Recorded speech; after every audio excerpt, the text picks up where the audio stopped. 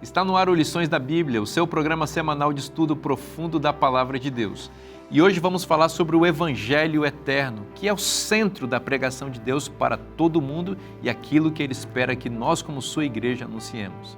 Este é o seu Lições da Bíblia.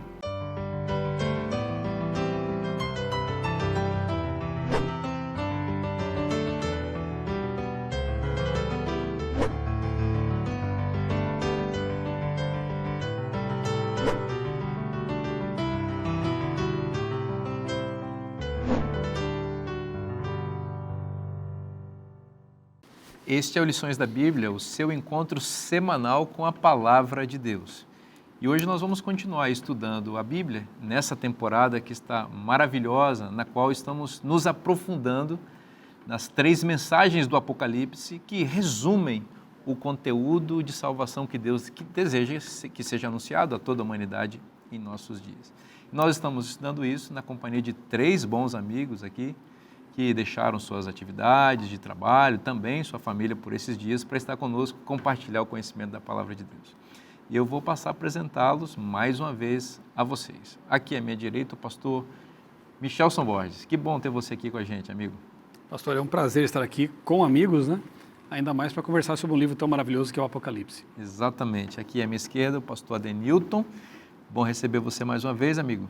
Para mim é uma alegria novamente estar aqui participando aqui do Lições da Bíblia e conversando sobre esse livro tão importante da Bíblia. Que legal. E aqui à minha frente o pastor Vanderlei Dornelles. Bem-vindo, Vanderlei, mais uma vez. Obrigado, pastor Vinícius. É uma alegria podermos compartilhar um pouco dos pensamentos. Todo cristão e todo adventista, né, sabe muito sobre o Apocalipse. É verdade. Ora pra gente, por favor. Nosso Deus, nós te louvamos pelo privilégio de estudarmos a tua palavra e termos a compreensão dada pelo Espírito Santo. Amém. Possamos compreender a mensagem de salvação, o Evangelho da graça, da justificação pela fé, conectado com a profecia bíblica, e assim possamos ter a segurança do teu reino e a certeza de que somos e seremos cidadãos do mesmo. Abençoa os nossos telespectadores que nos acompanham, é o que pedimos em nome de Jesus. Amém. Amém. Uma das palavras mais poderosas das Escrituras é a palavra evangelho. Até o próprio apóstolo Paulo define o evangelho como o poder de Deus, né?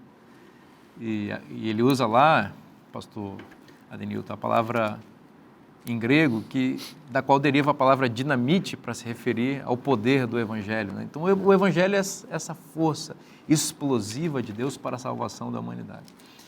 Ao mesmo tempo que é forte e é poderoso, o evangelho também é doce, é uma palavra que fala ao nosso coração, é uma palavra que nos lembra de graça, de amor, de perdão, de salvação. Palavras que são muito caras para nós que dependemos exclusivamente de Cristo para a salvação. Pastor Michelson, é significativo, curioso e precioso saber que no coração da pregação de Deus para o mundo nos últimos dias está em destaque a palavra evangelho. Então, o que Deus deseja anunciar ao mundo não é uma mensagem alternativa, não é uma ideologia, não é uma filosofia, não é alguma coisa fruto do conhecimento humano, não é uma derivação ou uma mudança de rota. Ele tem o evangelho eterno, a salvação eterna para anunciar à humanidade. Ao longo da história bíblica, nós percebemos que Deus ele sempre teve certas ênfases que chamamos de verdades presentes, né? No tempo de Noé, a verdade presente era que o dilúvio iria restartar o mundo, né?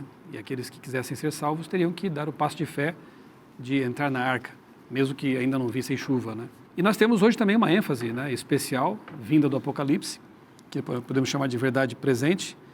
E no âmago do Apocalipse, como já vimos nas semanas anteriores, estão ali as 3 mensagens angélicas. E é significativo que essa mensagem, esse recado de Deus para o mundo, dado por meio de um povo que é representado por um anjo, né?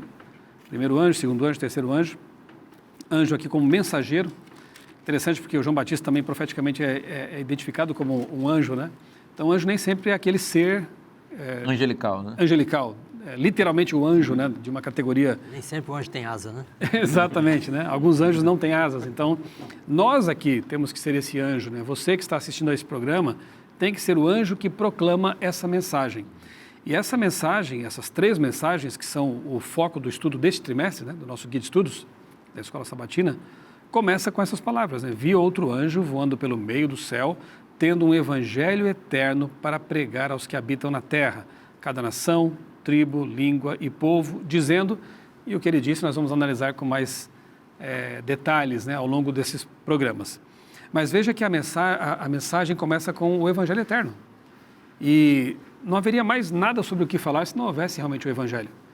Porque de que adianta você conhecer profecias, conhecer teologia, ciências e outras áreas do conhecimento e não ter a certeza da salvação, né? Não ter uma garantia de que você pode, se você quiser, ter uma vida eterna.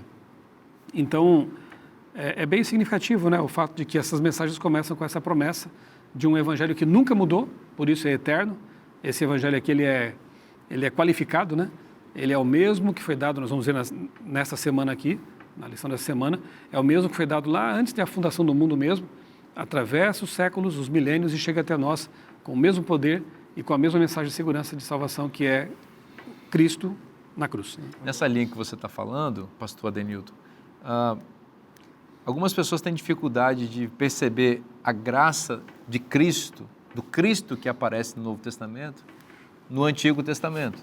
Então veio no Antigo Testamento um Deus um pouco mais sisudo, mais rigoroso, severo é a palavra, né? E enquanto o Deus do Novo Testamento, na pessoa de Cristo, mais maravilhoso, mais bondoso, né? E parece que o Apocalipse faz uma retomada para o Deus do Antigo Testamento na mente de algumas pessoas, né? Mas o fato é que Deus não mudou seu método de salvação, nem sua forma de se apresentar. Ele sempre foi gracioso em toda a história e isso está evidenciado do Gênesis ao Apocalipse, né? E por isso nós podemos dizer que o livro do Apocalipse, como diz o nosso guia aqui, é um livro de esperança e de graça e de evangelho, né? Com certeza, assim, é curioso que hoje as pessoas olhem para o Apocalipse e sintam medo da mensagem de Apocalipse. Isso acontece com muita gente. Mas o Apocalipse, desde o início, mostra que ele é um livro de esperança, né? E existem várias formas de a gente ver isso no livro. Mas eu queria primeiro compartilhar uma experiência pessoal com o Apocalipse. Eu lembro quando meu pai faleceu, isso em 2007, eu peguei a Bíblia do meu pai como minha herança. Eu queria ler a Bíblia que o meu pai estava lendo nos últimos anos. E, curiosamente, quando eu estou lendo Apocalipse 21, verso 4, aquilo me trouxe tanta esperança, né? O texto dizendo assim, olha, não haverá mais lágrima, não haverá mais luto, nem pranto, nem dor, porque as primeiras coisas passaram. E aí eu vi que o texto estava marcado, e não somente marcado, ele tinha feito alguns comentários marginais no texto. E o Espírito Santo falou comigo, acredite nessas palavras. E aquilo trouxe muita segurança para mim, muita esperança. Então, desde então, o livro de Apocalipse se tornou para mim um livro de esperança. E a gente vê a graça de Jesus estampada praticamente de capa a capa em Apocalipse, né? Eu acho interessante, por exemplo, quando a gente abre o livro do Apocalipse, no capítulo 1, no verso 4, nós encontramos a palavra graça aqui, na saudação, né? Que João faz. João, as 7 igrejas que se encontram na Ásia, graça e paz. A gente vai lá para a outra ponta do livro, lá no finalzinho, lá no capítulo 22, no verso 21, e João termina dizendo, a graça do Senhor Jesus seja com todos. O livro começa falando de graça, o livro termina falando de graça. E para a mentalidade de um judeu, isso é extremamente importante, né? Porque a gente sabe que os hebreus, eles gostam de pensar, às vezes, colocando uma ideia no início e no fim, para mostrar que tudo que está no meio está relacionado com o que está nas pontas. Então, o livro do Apocalipse é um livro de graça. É encadernado pela graça. Encadernado pela graça. Eu gostei, por exemplo, quando o autor do nosso guia de estudos, aqui na parte inicial do segundo parágrafo, ele apresenta a seguinte frase, o Apocalipse é todo sobre Jesus. E eu fiquei pensando nessa afirmação, o Apocalipse é todo sobre Jesus. Por exemplo, quando a gente lê o capítulo 13, alguém pode se sentir tentado a pensar o seguinte, Jesus não está aí. Não é? Mas eu fiquei pensando, Jesus de fato está lá de alguma forma. Na verdade, existe uma teologia hoje que diz que a gente deveria aceitar da Bíblia somente o que tem a ver com Cristo. E essa é uma teologia problemática, porque na verdade tudo tem a ver com Cristo, não é? E ele está no 13, né? Porque a besta é uma imitação, é uma imitação o tempo todo de Cristo, né? Exatamente. E no verso 11 do capítulo 13, não é? Aquela segunda besta fala como cordeiro. Aliás, ela fala como dragão, mas se apresenta como cordeiro. E a palavra cordeiro em Apocalipse ela é sempre aplicada a Cristo. Então, A besta morre e pretende voltar, né? Exatamente. Como se imitasse o cordeiro. Exatamente. E foi Deus que inspirou toda a Bíblia, né? Então, quer dizer, Jesus está em todas as páginas da Bíblia. Né? Eu resumiria esse pensamento dizendo o seguinte: eu acho que há textos na Bíblia que são cristológicos, Jesus está lá. Há textos na Bíblia que são cristocêntricos, Jesus não apenas está lá, mas ele é a mensagem central. E alguns textos da Bíblia são cristotélicos, ou seja, eles apontam para Cristo. Somente para a gente ter uma ideia, assim, eu daria o seguinte exemplo. Nós temos aqui no Brasil a maior rodovia do Brasil, que é a 116. Nasce lá em Fortaleza e vai até o Rio Grande do Sul. Se a pessoa sai de Fortaleza viajando pela 116, ela vai passar pela Bahia. Não é Rio Grande do Sul ainda. Mas se ela não sair do caminho, inevitavelmente ela vai chegar ao Rio Grande do Sul. Então, eu diria que na Bíblia há textos que são assim. Você começa, parece que não é sobre Cristo, parece que Jesus não está lá. Mas se continuar cavando, se continuar pesquisando, vai chegar a Cristo em algum momento. Então, o Apocalipse todo, a Bíblia toda, é sobre Jesus nesse sentido. Começa com graça, termina com graça. E só para fechar esse pensamento, eu gosto muito aqui nos versos 4 e 5 do capítulo 1. Então o texto falou de graça, falou de paz, e eu gosto da ordem porque paz só é possível quando se experimenta a graça. Não é? A ordem inverte em relação... Porque a saudação do Antigo Testamento é shalom, é paz. Mas aqui nós temos graça e paz. Para ter paz, precisa de graça. Aí no verso 5, Jesus é caracterizado como aquele que nos ama. A gente vai para o capítulo 3 e o verso 9, e a gente lê assim, ó: Eis, farei que alguns dos que são da sinagoga de Satanás, desses que a si mesmos se declaram judeus e não são, mas mentem, eis que os farei vir e prostrar-se aos teus pés e conhecer que eu te amei. Então o livro começa falando do amor de Jesus. Mais adiante a gente vê o amor de Jesus novamente. No verso 19 do capítulo 3, eu repreendo e disciplino a quantos amo. Jesus reafirmando o seu amor. Então o livro do Apocalipse é um livro da graça de Deus, fala sobre esperança e fala sobre o amor de Jesus também. Só um detalhe, pastor, com respeito a essa questão dessa falsa dicotomia que alguns fazem entre Antigo e Novo Testamentos, né? Dois exemplos apenas para mostrar como é o mesmo Deus, obviamente, em todas as páginas, né? No Antigo Testamento temos ali Raabe, que foi poupada da destruição de Jericó, né? E no Novo Testamento temos Ananias e Safira, que sofreram um juízo direto de Deus por terem mentido ao Espírito Santo, a Deus. Então é o mesmo Deus, é o Deus que fala de amor, mas também é um Deus que está em juízo e vai julgar aqueles que não aceitarem seu plano de salvação. O mesmo Deus está presente em todas as páginas. E no Apocalipse desemboca todo esse conteúdo, né? Até porque é o livro do Novo Testamento mais hebraico, né? Que nós encontramos. Então ele tem muitas referências tiradas lá do Antigo Testamento, tanto de amor quanto de juízo. Amém. É curioso que a gente lê Apocalipse 14, né, versos 6 e 7, que é o ponto de partida do nosso estudo, né? Ele diz: vi voando outro anjo pelo meio do céu, tendo o evangelho eterno para pregar. E o verbo pregar, aqui está traduzindo um verbo grego, né, que é evangelizar. Né? Então ele é uma redundância, ele diz: tendo um evangelho eterno para evangelizar. Né? Ou seja, tendo boas novas eternas para proclamar como boas novas.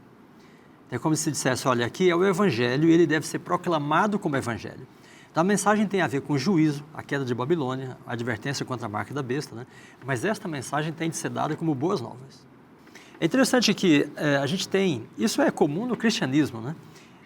Uma dificuldade de ver o evangelho e os profetas, o evangelho e a lei, né? O Gólgota, o Calvário e o Sinai, né? A partir da mesma perspectiva. Mas veja, quando a gente entra em Mateus, em Marcos, Lucas e João, é evangelho de Jesus Cristo. Aí você entra no Apocalipse, é revelação de Jesus Cristo. Mas o que é o evangelho, senão a própria revelação de Jesus Cristo? Né? Ele vem para se revelar, ele se encarna, ele vive entre nós, né? Ele manifesta a sua vontade, seu caráter, então ele está se revelando. No Apocalipse, ele continua o evangelho, ele continua se revelando. Né? Então, o personagem, ao longo do Apocalipse, é Cristo e é o Cristo gracioso. No segundo século, havia um dos pais da igreja, né, que tinha dificuldade com o Apocalipse, chamado Marcião, e era porque ele pensava: bom, o Apocalipse é muito diferente das cartas paulinas, trata muito com juízo, né? Mas ele não conseguiu enxergar as boas novas, né? Dentro da temática do juízo. Também não conseguiu enxergar que a absolvição no juízo já está provida, né? Através da graça de Cristo. E aí a gente pode ler vários textos, o pastor Denilton já mencionou alguns, né? Mas, por exemplo, a gente pode lembrar Apocalipse 3, verso 5, né? Uma promessa lindíssima, totalmente evangélica, né? O vencedor será vestido de vestiduras brancas. Olha só, vestes, né? O que foi provido para Adão e Eva quando pecaram. Vestes são providas para o sacerdote Josué, né? Em Zacarias. Vestes são providas para o filho pródigo, né? Então, essa é uma linguagem evangélica riquíssima, sabe? Que cruza toda a Bíblia, né? E é bom a gente pensar também que se o Evangelho é parte da mensagem do Apocalipse, na verdade o Evangelho é parte de toda a mensagem profética, né? Veja o quanto Isaías fala do Messias, né? O quanto Jeremias fala, Ezequiel e Daniel, né? Então, Cristo, sua vinda, sua primeira vinda, a encarnação, né, seu sacrifício, são a mensagem do Evangelho e cruza todos os profetas, sabe? E chega no seu auge no Apocalipse, né? Não está dizendo, a besta imita a Cristo, ou seja, de certa forma, você olha e no reverso da mensagem acerca da besta, você vê o próprio Cordeiro que foi morto, né, e ressuscitou para receber autoridade. É interessante, quando a gente pensa assim nessa mensagem evangélica que cruza a Bíblia inteira, eu me lembro, por exemplo, da mensagem de Paulo aos Gálatas, capítulo 3, verso 8, quando ele diz que Deus pré-anunciou o Evangelho a Abraão quando disse, em ti e na tua descendência serão benditas todas as nações da terra, né? Quando a gente vai, por exemplo, para Daniel 9, e a gente vê ali os versos 24 a 27, a gente vai estudar isso mais adiante, mas a gente vê ali na agenda de Deus a missão do Messias, a missão de Cristo ali no coração de Daniel 9, né? Então, na agenda de Deus, a mensagem do Evangelho é algo que está lá o tempo todo. Aqui em Apocalipse 13, 8, a gente pensa nisso, quando diz, lá no finalzinho diz assim, o Cordeiro que foi morto desde a fundação do mundo. Então, isso é parte de um antigo propósito divino, né? A mensagem do Evangelho. Vamos continuar estudando o Evangelho Eterno no próximo bloco. O programa vai fazer um rápido intervalo, não saia daí, a gente volta rapidinho.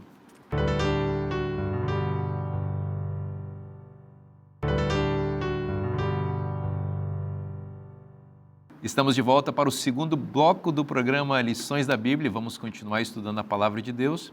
E eu tenho uma recomendação especial para você, que é esse livro que está saindo do forno agora, As 3 Mensagens Angélicas, que é uma compilação, uma reunião de textos muito especiais da autora inspirada norte-americana Ellen G. White sobre o tema do nosso guia de estudos, que são as 3 mensagens de Apocalipse, ou as 3 mensagens angélicas. Eu recomendo que você tenha esse material na sua biblioteca. É um lançamento da Casa Publicadora, lançado este ano especificamente para ajudar você a compreender as 3 mensagens do Apocalipse.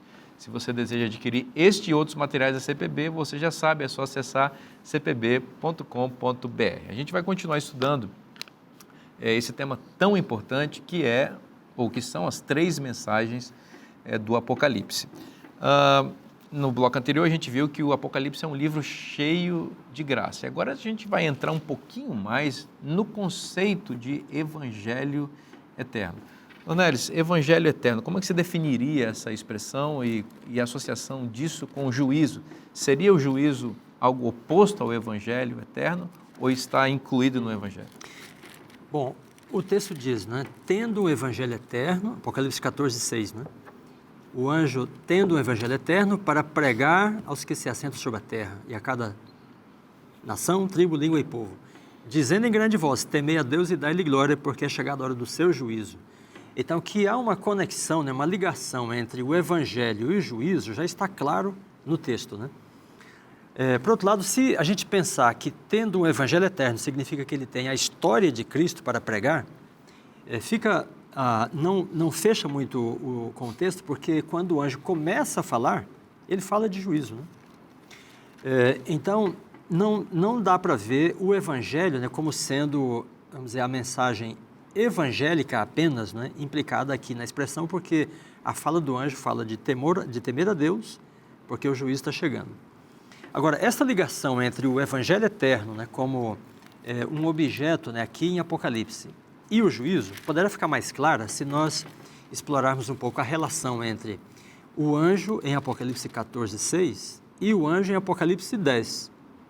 Ele tem alguns paralelos de linguagem, né? Por exemplo, João fala assim, e vi outro anjo. A mesma frase em Apocalipse 10 e Apocalipse 14, 6. Em Apocalipse 10, ele diz, vi um outro anjo tendo um livrinho. Em Apocalipse 14, ele fala, tendo o evangelho eterno. Então, as duas visões vão sendo narradas como se ele estabelecesse um paralelo entre elas. Por outro lado, em Apocalipse 10, o anjo faz um juramento para aquele que criou. E aí vem as entidades da criação. Né? Em Apocalipse 14, ele diz, adorar aquele que fez. E aí cita as entidades da criação.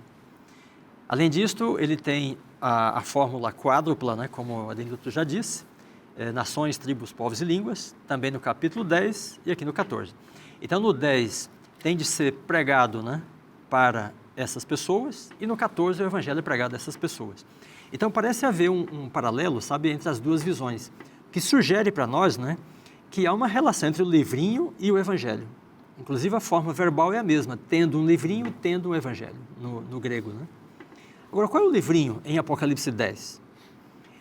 Quando comparamos Apocalipse 10 com Daniel 12, né, fica sugerido que o livrinho, que está aberto agora, né, é a parte de Daniel que ficou fechada, né, quando ele escreve o livro. E o anjo fala para ele, sela a visão. Né, e a visão que ele tinha de selar, de fechar, é que ele não tinha entendido. E ficou implícito que seria entendido no final dos tempos. Então, quando ele vê esse anjo com um livrinho aberto, né, e fala de juízo, depois em Apocalipse 14, João deve ter lembrado certamente do livro de Daniel, porque a mensagem do juízo de Daniel 8, né, é a mensagem de Apocalipse 14, 6 e 7. Desta forma, a gente deve olhar então para o evangelho, né, como tendo uma relação direta com o juízo, não são coisas antitéticas, né? E, ao mesmo tempo, olhar para o juízo como sendo uma mensagem evangélica.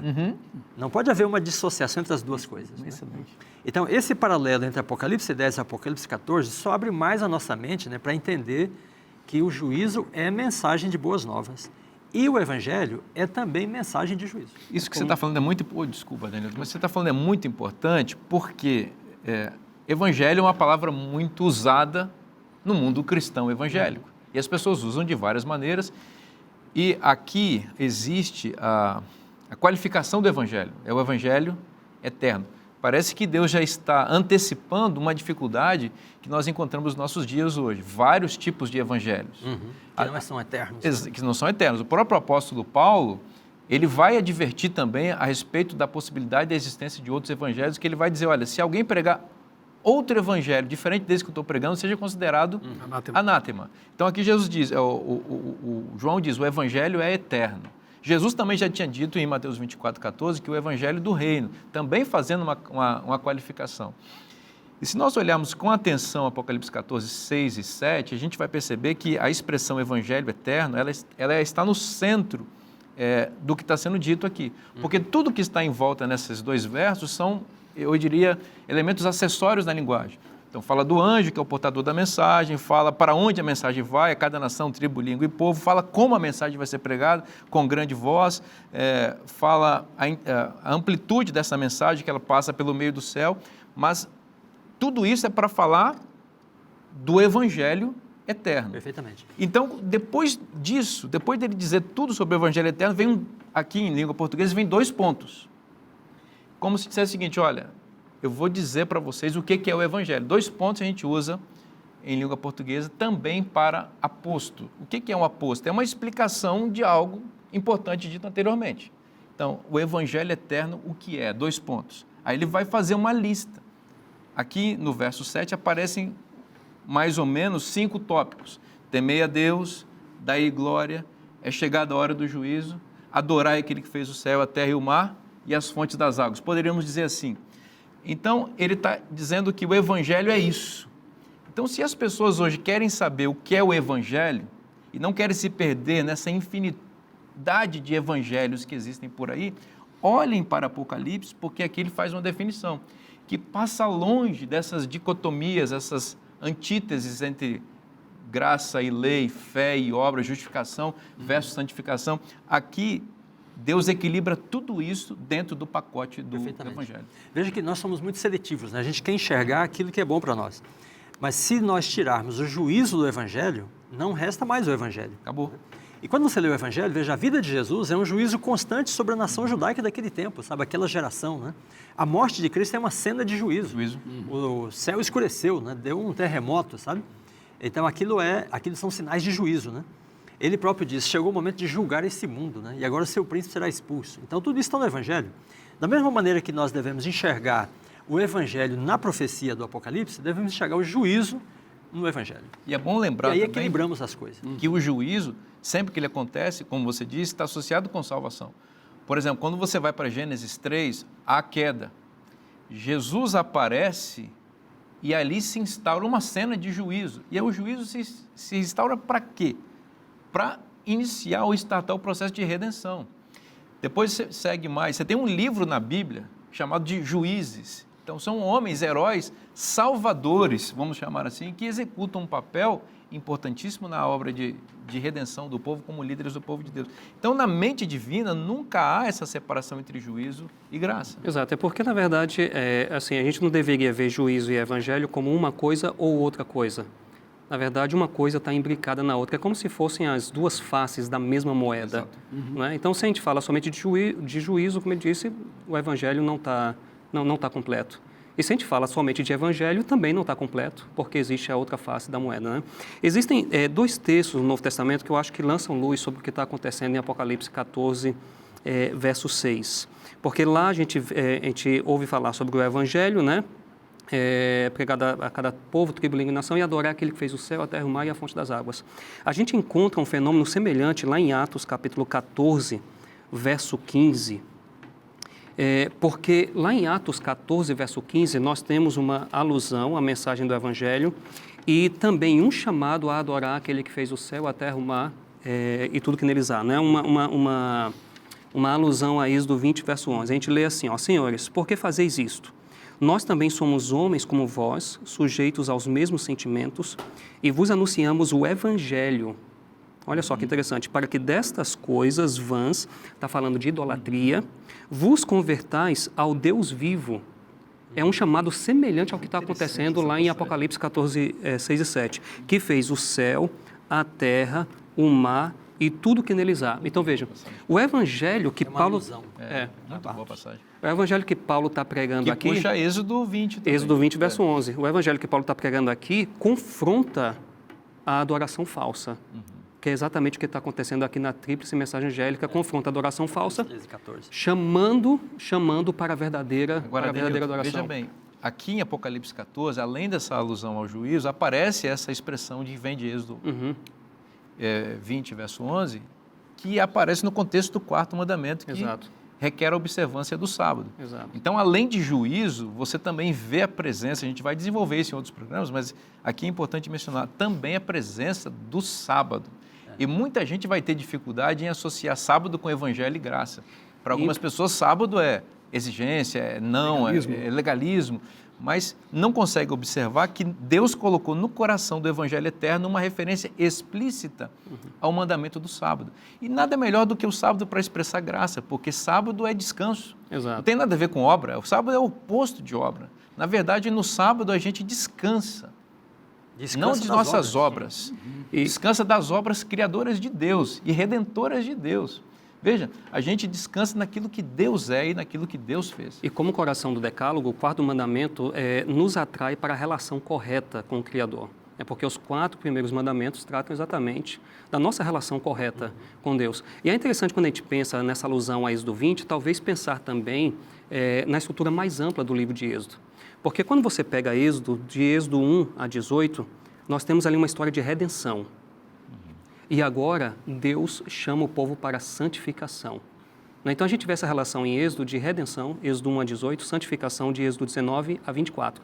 Mas quando a gente segue no livro de Êxodo, Êxodo 25 até o capítulo 40, nós temos ali o tabernáculo no deserto. Para que o povo se santifique, então Deus precisa habitar no meio do povo.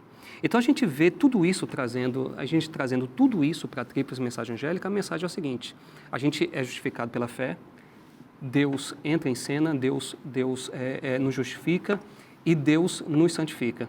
E o sábado, né, ali em Apocalipse 14, 6 e 7, essa alusão ao quarto mandamento, nos atrai para a relação correta com Deus, que deve ser uma relação de amor. Olha, e tem mais coisas aí, porque quando ele faz, a primeira expressão do Evangelho Eterno é temei a Deus. Essa expressão, temor do Senhor na Bíblia, também é uma alusão clara à obediência aos mandamentos de Deus, que é outra dicotomia que as pessoas fazem, entre lei e graça. É isso mesmo. Então, o que é o temor do Senhor na Bíblia? Várias passagens, se a gente fosse aqui trabalhar intertextualidade e perceber como que a Bíblia trata, especialmente no Antigo Testamento, a expressão temer a Deus ou o temor do Senhor, todas elas associadas com guardar os mandamentos. Aí alguém vai dizer, então, peraí, mas eu aprendi que guardar mandamento é uma coisa, ser salvo pela graça é outra. Mas aqui no coração do Evangelho há uma unificação entre o que significa guardar os mandamentos e ser salvo pela graça. Não existe essa separação na mente de Deus. E guardar os mandamentos é sempre fruto do amor claro. a Deus, né? Porque, por exemplo, aqui em Deuteronômio 10, verso 12, que aparece a ideia do temor do Senhor, aí o texto diz assim, não é que começando aqui do início, agora, pois, ó Israel, que é o que o Senhor requer de ti, não é que temas o Senhor, teu Deus, e andes em todos os seus caminhos, e o ames e o sirvas. Ou seja, temer a Deus está diretamente relacionado com amar a Deus. Sim. Né? E a obediência aos mandamentos deve ser fruto desse amor. Claro, porque os mandamentos, o que são os 10 mandamentos, senão um resumo do amor? Amor a Deus e ao próximo. Se for para Eclesiastes 12, por exemplo, você vai ter os 3 elementos, temor do Senhor, obediência aos mandamentos e juízo, todos juntos ali. Não é? O dever de todo homem, a suma de todas as coisas é tema a Deus e guarda os seus mandamentos, porque isso é o destino de todos nós e é para isso que nós somos criados. Né? Tem um outro detalhe que a lição levanta aqui, que é a disponibilidade da graça antes mesmo de ser necessária. Isso é muito bonito, né? Eu vou ler aqui um texto que está em 1 Pedro, capítulo 1, versos 18 a 20, que diz assim, sabendo que não foi mediante coisas perecíveis como prata ou ouro que vocês foram resgatados da vida inútil que seus pais lhes legaram, mas pelo precioso sangue de Cristo, como de um cordeiro sem defeito e sem mácula, ele foi conhecido antes da fundação do mundo, mas foi manifestado nestes últimos tempos em favor de vocês. E o outro texto está aqui em Efésios, capítulo 1, verso 4, diz assim, antes da fundação do mundo, Deus nos escolheu nele para sermos santos e irrepreensíveis diante dele. Em amor, nos predestinou para ele, para sermos adotados como seus filhos. Aqui acho que cabe uma rápida explicação sobre a questão da predestinação, né? Que nossos irmãos calvinistas têm um entendimento um pouco diferente, mas não entendemos que Deus predestina uns para a salvação, outros para a perdição.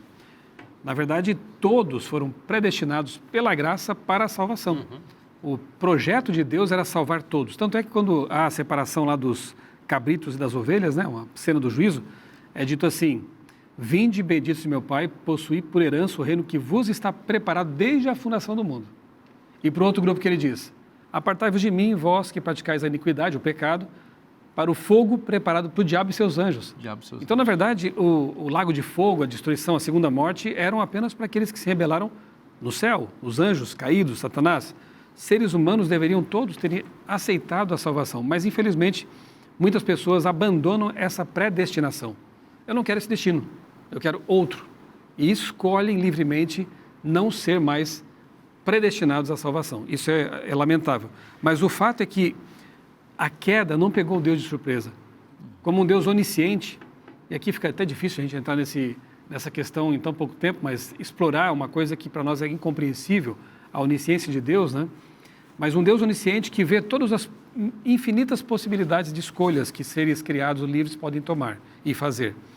Ele sabia que seres livres poderiam eventualmente escolher um caminho errado, né? E como aconteceu mesmo. Só que quando Adão e Eva caem, pecam, Deus não foi pego de surpresa. O que faremos agora, né? A Trindade talvez conversando, o que faremos agora? Já há um plano traçado. Então, o plano de salvação, o evangelho eterno, e por isso é eterno, já estava estabelecido mesmo antes de o mundo ter sido fundado. Ou seja, antes de nós existirmos. A graça já estava disponível. Quando foi necessário, entrou em ação. Maravilhoso pensar que nós temos um Deus gracioso que não muda a sua maneira de agir conosco. Ele sempre foi amor, é amor e sempre será. e está anunciando o Evangelho eterno para todos aqueles que desejam a salvação, e está sendo anunciado agora. A gente está estudando exatamente sobre isso. A gente vai fazer uma pausa agora, é muito rapidinho. Não saia daí. A gente volta já já.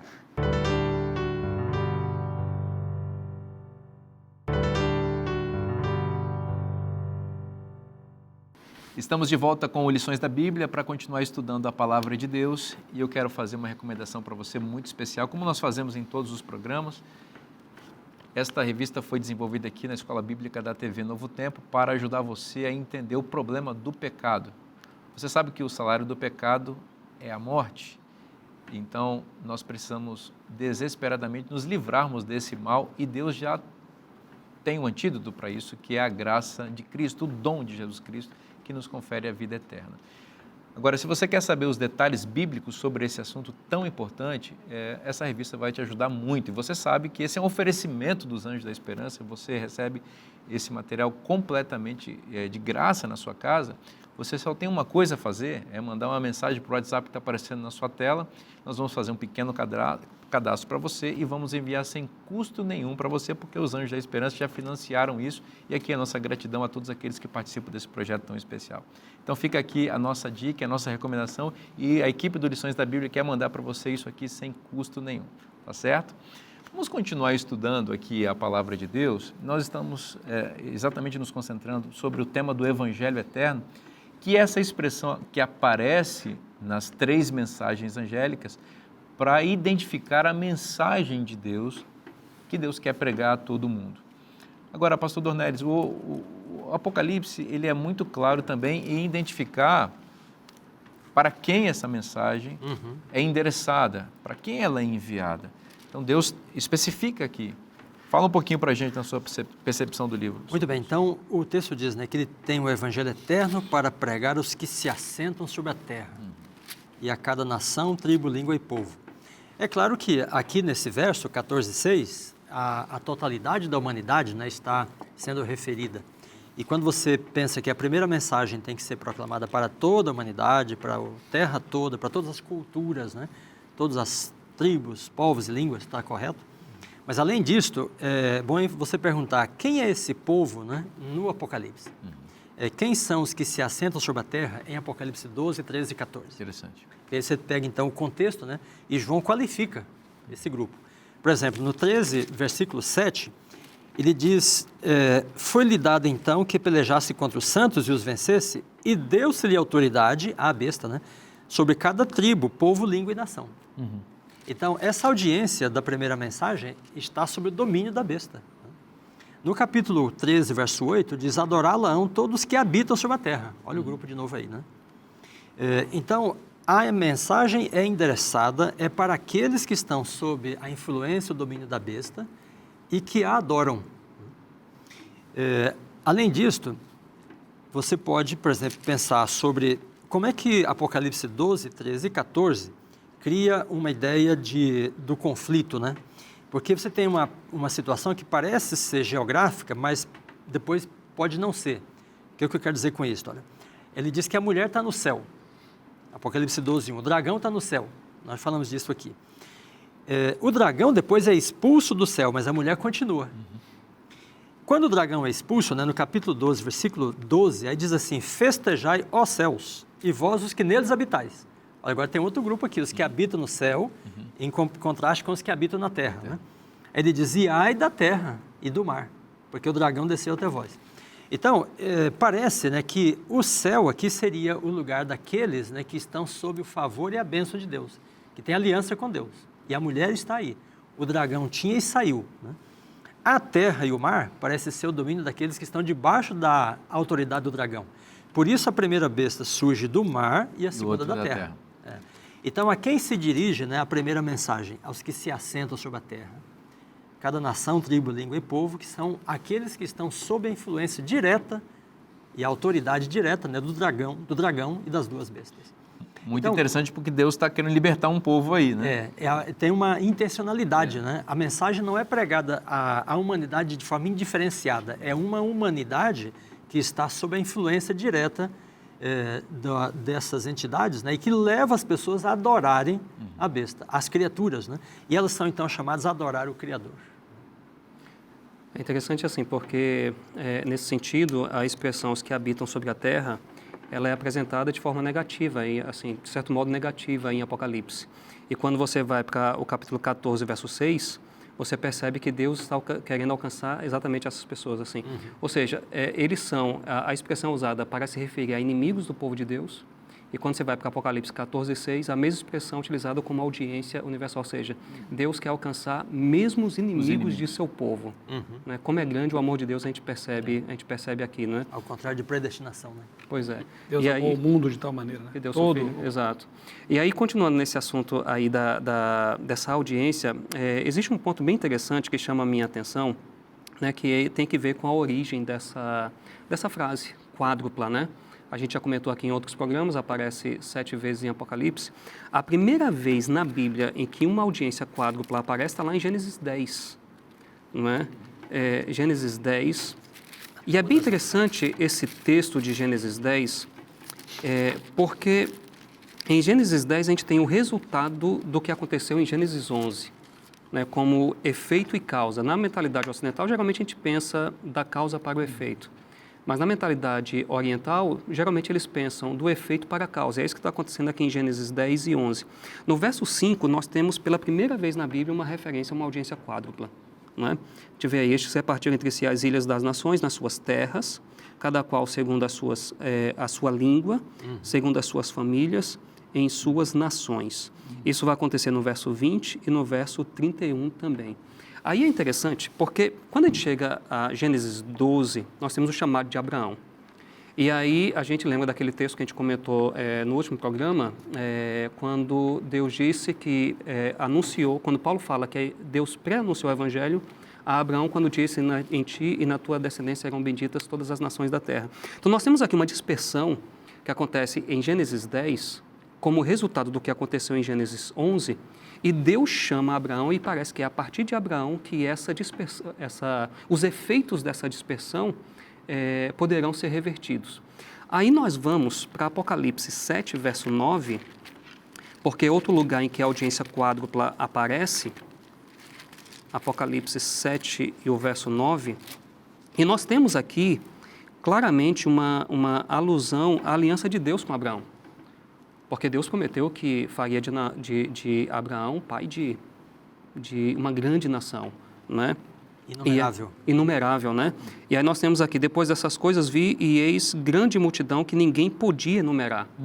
Essa linguagem vem lá de Gênesis 15, Onde Gênesis as estrelas do céu. Exato, né? E aí de todas as nações, tribos, povos e línguas. Isso aqui é interessante, porque quando a gente pega as duas primeiras ocorrências dessa audiência quádrupla em Apocalipse, nós temos em grego a mesma preposição, que é a preposição que dá a ideia de procedência. Ek, significa vindo de. Isso acontece no capítulo 5, verso 9, e acontece no capítulo 7, verso 9. Quando a gente vai para as duas próximas ocorrências, capítulo 10, verso 11, e o capítulo 14, verso 6, João muda a preposição. Era de procedência, no capítulo 5, verso 9 e 7, verso 9, quando a gente vai para 10, 11 e 14:6, ele dá um senso de direcionamento. Para. Ou seja, a ideia é a seguinte, para que a gente tenha uma inumerável multidão vindo de todas as nações, tribos, povos e línguas, é necessário que o Evangelho eterno alcance todas as nações, povos, tribos e línguas. Né? Então, esse movimento que João faz aqui de Apocalipse 5:9, 7:9 para 10:11 e 14:6, é muito interessante e fala sobre a nossa missão como igreja. Para que a gente possa ter isso que Apocalipse 7:9 está prevendo, o Evangelho eterno precisa alcançar todas as pessoas do mundo. Né? Então, isso aqui é uma coisa bem interessante que fala sobre a nossa responsabilidade enquanto igreja. Isso né? está associado muito àqueles termos que aparecem em Apocalipse 14:6 em relação ao Evangelho eterno. Primeiro, a igreja é representada por um anjo, que já é um ser que é um mensageiro por excelência, né? Ele é um anjo. Depois diz que o anjo está voando. Isso indica rapidez, isso indica alguma coisa urgente, né? Depois diz que ele está voando, não é dando um rasante aqui em Jacareí, ou em Tatuí, ou em Engenheiro Coelho, ou lá na... Pelo meio do céu. É no meio do céu, ou seja, é num local amplamente visível, Abrangência e rapidez. abrangência total e rapidez, com o evangelho eterno para pregar. Então, ele está evangelizando, ele está intencionalmente falando para que as pessoas entendam. Então, e aí, aos que se assentam sobre a terra, a cada nação, tribo, língua e povo, essa audiência que você mencionou. E ele não está dizendo isso baixinho, não está sussurrando, ele está gritando, né, em grande voz. Ele está dizendo, olha, gente, eu tenho uma coisa muito grande para vocês. Então, isso mostra, de novo, que aqui o amor de Deus está em destaque. Porque Deus não está assim com uma informação privilegiada, tentando Só para iniciados. ou então tentando ganhar alguma coisa com essa informação. Ele está divulgando amplamente, da forma mais eloquente possível para que é interessante, né, que esta mensagem tem resultado, né? Porque se você pensa que a visão de Apocalipse 7:9, né? Você acabou de mencionar, a multidão inumerável, né? Está no céu. Em Apocalipse 14, esse grupo está na terra ainda. Exato. Mas o evangelho é pregado a eles, né? E eles não continuarão debaixo da influência de Satanás e do dragão e da besta, né? Eles serão redimidos, né? E daí eles são mostrados, então, no céu. Os anjos estão no céu pregando os que estão na terra. E então esses que estão na terra creem e sobem para o céu, sabe? Para o mesmo espaço, né? Que coisa maravilhosa isso, né? Na verdade, as pessoas todas vão ter o privilégio de ouvir essa mensagem. Ninguém que se perder vai poder dizer, eu não ouvi, eu não fiquei sabendo, porque o anjo prega para todos. Outra coisa que me chama a atenção quando a gente lê Apocalipse 14, a gente falou um pouquinho sobre a relação dessa frase quádrupla, da audiência quádrupla em Gênesis, mas isso aparece lá em Daniel também, Daniel 7. E é interessante porque essa audiência quádrupla aparece em Apocalipse 7 vezes e uma audiência tripla, né, ou tríplice, aparece em Daniel também 7 vezes. Pode ser que seja coincidência, não é? Pode ser que seja coincidência, mas pelo menos do ponto de vista da inspiração, o Espírito Santo, né? É interessante, 7 vezes em Daniel, 7 vezes em Apocalipse.